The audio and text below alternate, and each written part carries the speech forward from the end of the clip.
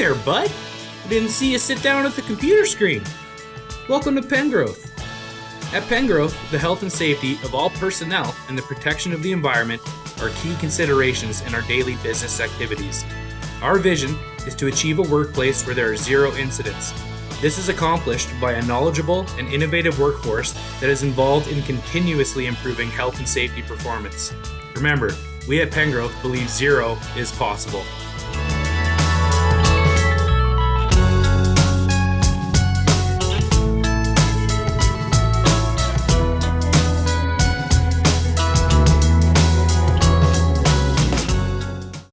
Okay, here's a quick overview of the SAG-D process with one of our production foremen, Sean. I'm busy. Oh, okay, well, I got this. I can do this. How hard is it?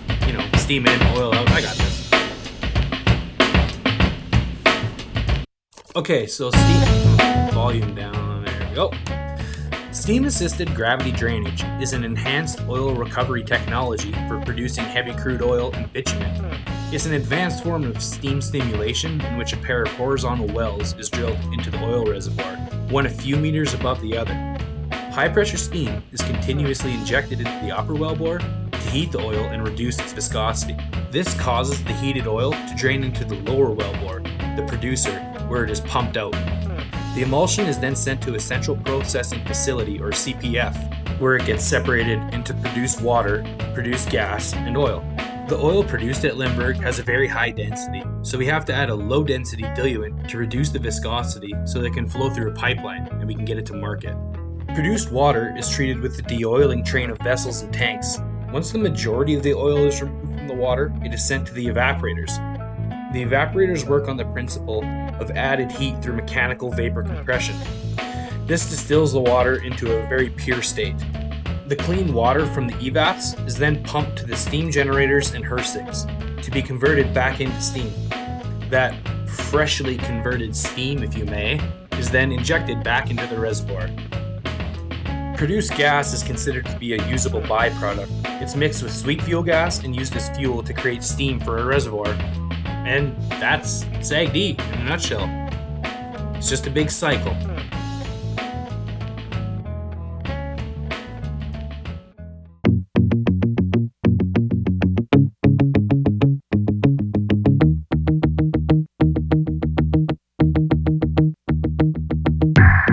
Okay, so this is what you can expect to find for safety equipment throughout our facility.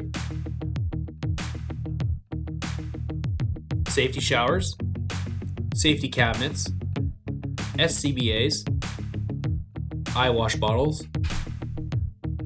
fire extinguishers, first aid kits, fire blankets, spill kits, and hearing protection. The first aid trailer is located on the north side of the office building. Muster point number 1 is located on the south side of the office building in the parking lot. Muster point number 2 is located on the north side of the steam gen and cogen buildings. The STARS emergency landing site is located at the operations camp. Muster points at the well pads are located at the entry to each pad. Paying attention to the wind direction is extremely important in a sour facility. It's something you should always be aware of while working on site. Windsocks are of course the primary method of detection, but boiler stacks and flare stacks can also be used. So, there are 2 different colored beacon types on site. Blue is a building-specific gas detection such as carbon monoxide or hydrogen sulfide. Red is activated in a fire situation or a plant evacuation. The main evac horn on site is a solid blast air horn.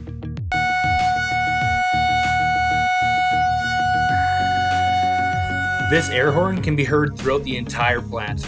All buildings have their own evac horns that also sound a solid alarm. The all clear signal is 3 consecutive blasts of every horn on site.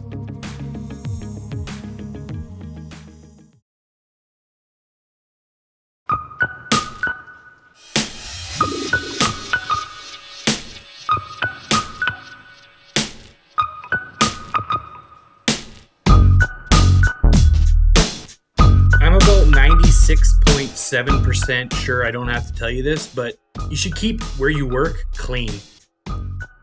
Always keep safety equipment and exits clear of clutter and debris, because loose tools and hoses can introduce a tripping hazard in an emergency. Easiest way to do that? Clean up when you're done. Don't procrastinate, because then you're going to forget. And I'll find you. I have a very unique set of skills, like Liam Neeson. Another big one is to always follow the posted speed limits.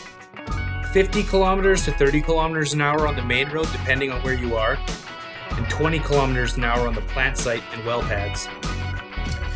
Be sure to always use your seatbelt and make sure any loads being transported are properly tied down. Pengrowth requires back-in parking on site with your keys to be left in your vehicle. And don't drive under the high racks. Also, don't use your cell phone while driving. And speaking of cell phones, leave them in your truck. Leave them in the office. Don't use them in the plant. We won't actually drop kick them out of your hand, but you may be asked to leave site permanently. Neither of us want that. Illegal drugs, alcohol, firearms, that stuff, it's not permitted on any Pengrowth site. Show up to work fit for duty and well rested. No problems. Your facial forests must be maintained in a way as to not interfere with the breathing apparatus. Long hair must be tied back to keep it away from rotating equipment or anything else that it could get tangled in. Just, throw it in a man bun.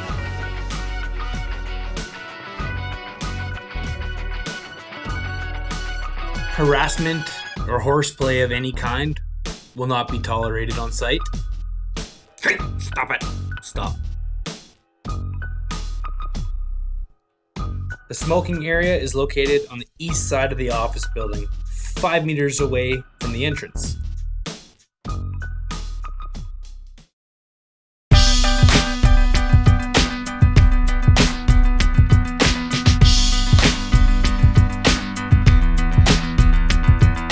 As many of you know, H2S is a poisonous, colorless, flammable gas that is deadly in very minor concentrations. All personnel on site must have H2S safety training and a personal forehead monitor.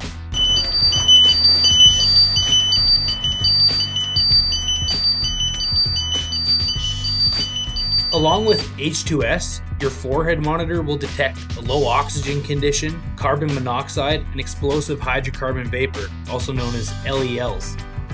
It is important to know your occupational exposure limit to each of these gases and always be aware of your monitor's alerts.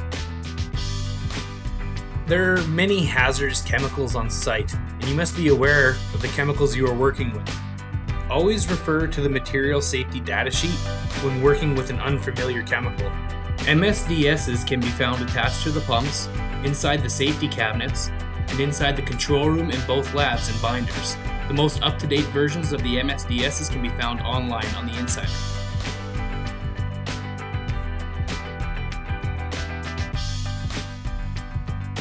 Be aware of rotating equipment and pinch points, such as pumps, motors, fans, and belt drives. Pressurized equipment in our facility is very common. Pressures can reach upwards of 9,000 kPa, so be cautious when working with any pressurized equipment.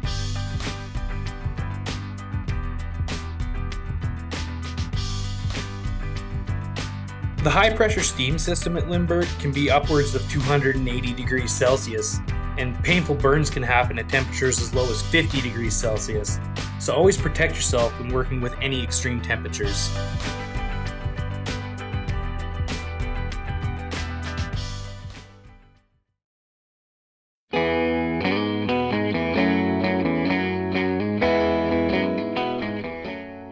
This is a list of the minimum required PPE for our site. Christmas sweater is of course optional. Fire-resistant coveralls, steel-toed safety boots, safety glasses, hard hat, personal forehead gas detector,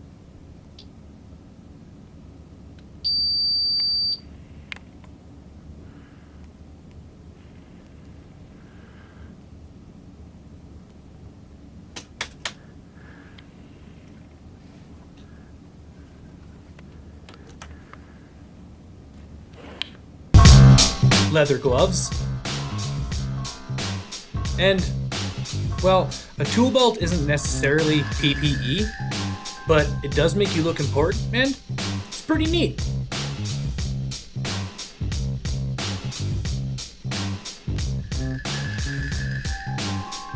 Some of the hazard-specific PPE that may be required is a self-contained breathing apparatus, also known as an SCBA, for working in a hazardous atmosphere,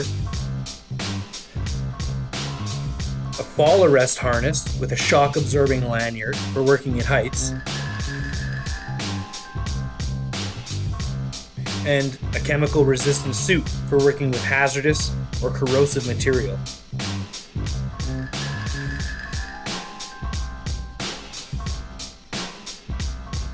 Double hearing protection is required in the steam gen building. There are many situational PPE items available, and if they are required, it will be made clear on your safe work permit.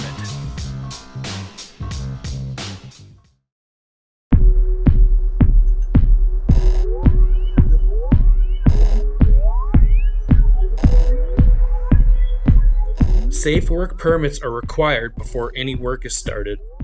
A safe work permit is obtained from the control room operator. They are a very important procedural step in ensuring everyone's safety at Lindbergh. Safe work permits are the primary way to communicate hazards to the worker from an operational viewpoint.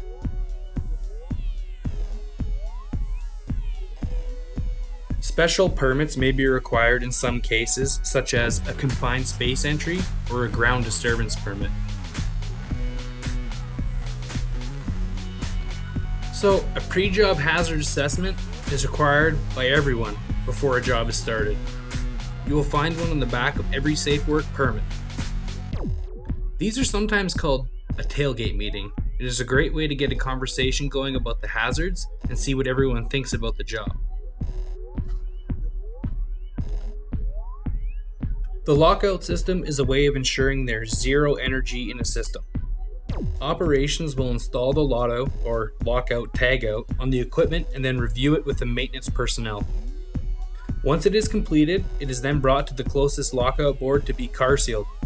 Anyone associated with the lockout will then place their personal lock on the board before work can be started. Once the work is completed, all personal locks must be removed from the board before the group lockout can be removed and signed off.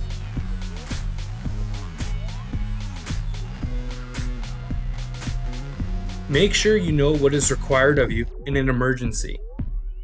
If you are unsure, please ask your supervisor.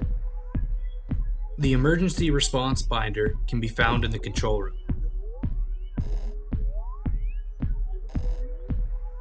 An equipment inspection must be done before you use any equipment on site, such as the man lift, skid steer, forklift, or UTV.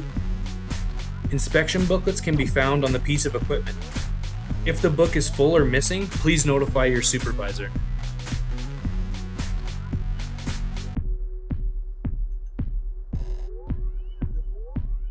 All wildlife is to be left alone. This includes running birds, singing squirrels, and mountain cougars. If you see a bear or a wolf, notify your supervisor. And on a side note, if you see this cat, his name's Richard, and he owes me money, just notify me, not your supervisor.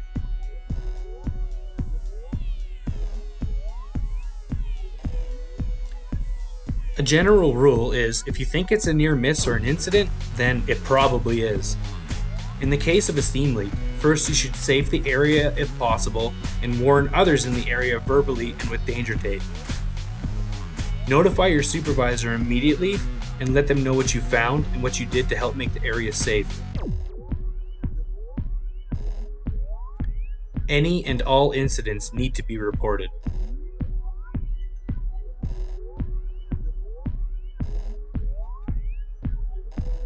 Safety meetings are another administrative safety control to help make people aware of the hazards around them. It is a great place to raise any concerns and catch up on safety bulletins that you may have missed.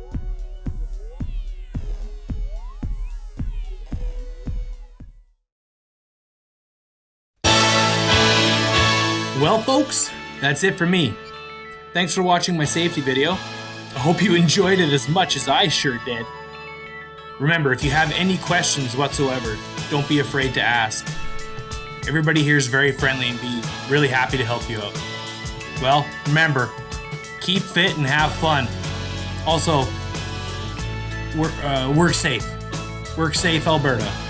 Or is that BC? Work safe. That doesn't matter. Thanks. Bye.